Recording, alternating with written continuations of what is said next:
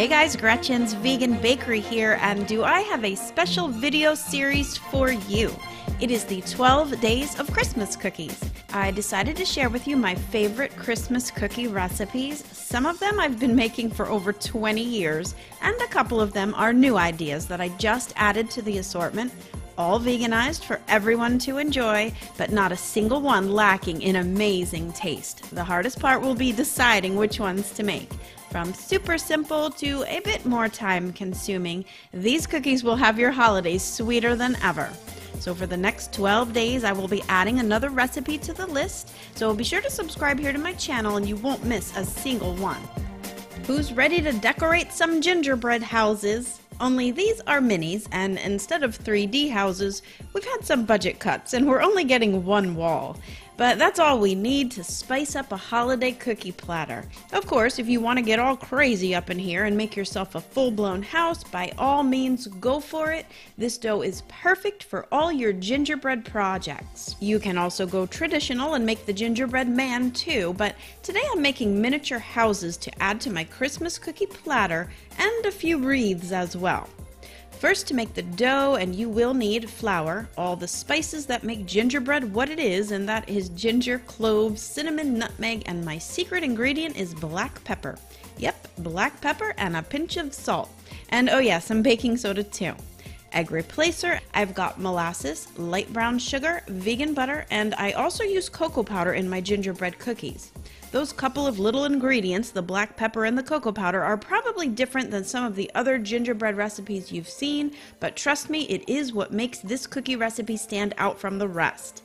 So go ahead and get the flour sifted with the egg replacer, baking soda, salt, spices, and cocoa powder. Meanwhile, I am creaming the vegan butter with the light brown sugar to light and fluffy, and that usually takes about 3 to 5 minutes on high speed. Add the vanilla and the molasses and then mix that well. Then you'll add your sifted dry ingredients all at once. Mix it just until it all comes together well, and then I did add a couple of tablespoons of plant milk at the end. Since the egg replacer went into the dry ingredients, I did have to compensate for some of that missing liquid. I do write more on the blog post about egg replacers in general, so it is really a benefit to click through to not only grab the recipe, but learn a little while you're there, hey? Alright, chill that dough for a couple of hours to help it relax and absorb through the flour.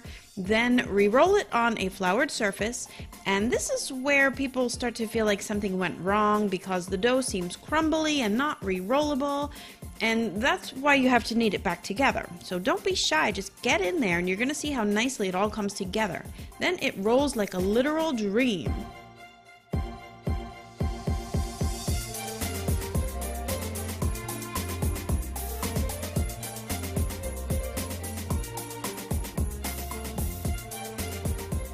And then you can get to cutting out your shapes. Now, of course, you can go traditional, like I said, and make gingerbread men, but I had this new cookie cutter that I thought I was going to love and then turn them into wreaths, but I kind of didn't love it after they baked. It didn't really keep its indents the way that I thought it would, so I made some mini houses instead. So you can really make any shapes you want out of this dough. It is really easy to work with, and you can roll it and re-roll the scraps over and again until there's nothing left. Then the fun part is all about decorating them, so just have fun with it. I know you guys are going to love the taste of my recipe, so I do hope you will try it. I've had some people who have told me that they really don't like gingerbread, but they love my recipe, so I hope you will want to try it. Just head over to gretchensveganbakery.com to grab the printable version. And, well, that wraps up the last of my 12 Days of Christmas Cookies recipe series. I really hope you loved it as much as I loved making and sharing all of them with you. Well, okay, so I didn't literally share them with you. You actually have to go make them now. Comment below and let me know which ones were your favorites, and especially tell me if you tried any of the recipes. I hope you are all having a really great baking season with family and friends, and I just want to say thank you to each and every one of you for being here with me. It is your kind comments and encouragement that keeps me going. And of course, I want to acknowledge my patrons on Patreon and my pals in PayPal for the tremendous support you guys are giving me. It is the truth when I say, if not for you, Gretchen's Bakery channel would be long gone. So thank you is never enough.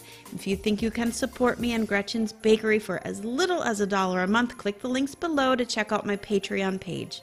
All right, everyone, until next time, happy vegan baking. Bye for now.